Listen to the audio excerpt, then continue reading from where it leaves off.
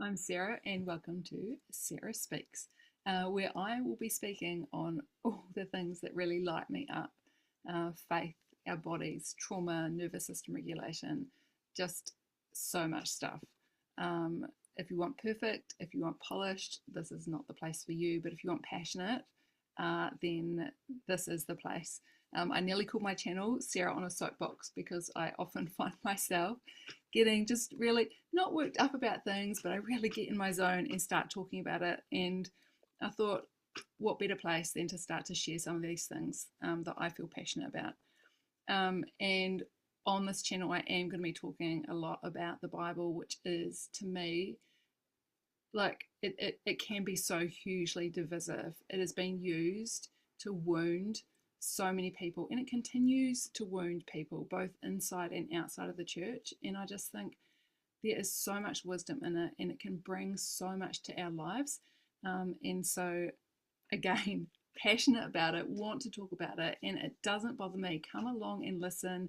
I don't care what your beliefs are. You might be Christian and you might hate Christians, whatever.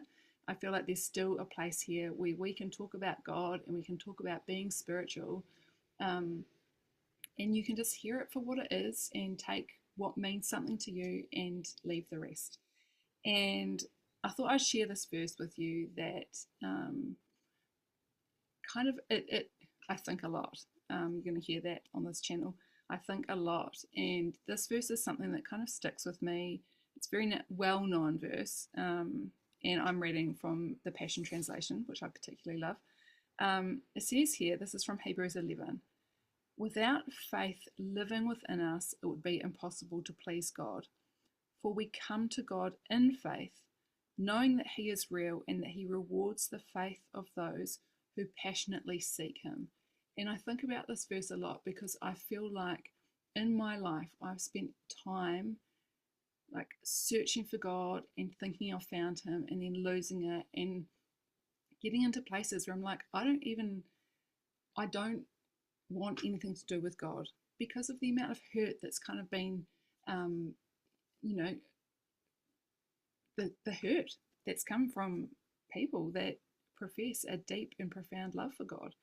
Um, and I came to this place of really understanding that God is not the same as the people that say they represent God.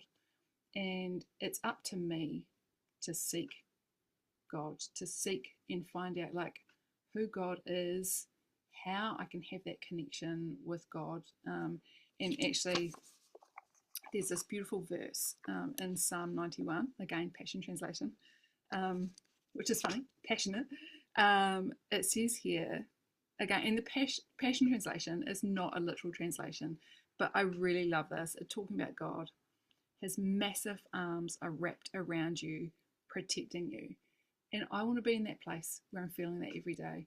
And, you know, I've had a lot of trauma in my life and many challenges, like so many of us do. And to get to a place where I can viscerally feel His arms wrapped around me or sit in a place of deep trust. Again, this is verse 11 of Psalm 91, where it says, God sends angels with special orders to protect you wherever you go, defending you from all harm. And I'm like, how can I get to a place where I viscerally like believe that? And so this is going to be the place where I bring my questions and my thoughts. I don't have all the answers, but I'm certainly someone that is seeking. And yeah, I hope you join me on this journey. Find the button to subscribe if you want to come along.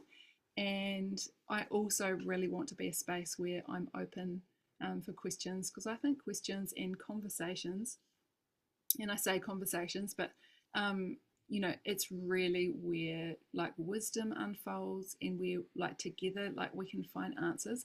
So again, I want to be a place where if you want to, you can send me questions that I may or may not be able to answer. So I've set up an email address, q@sarahspeaks.life. Email me if you have any questions about any of these things: faith, wisdom, trauma, overcoming, like living a spiritual life in this physical world. So please have you here. Thank you.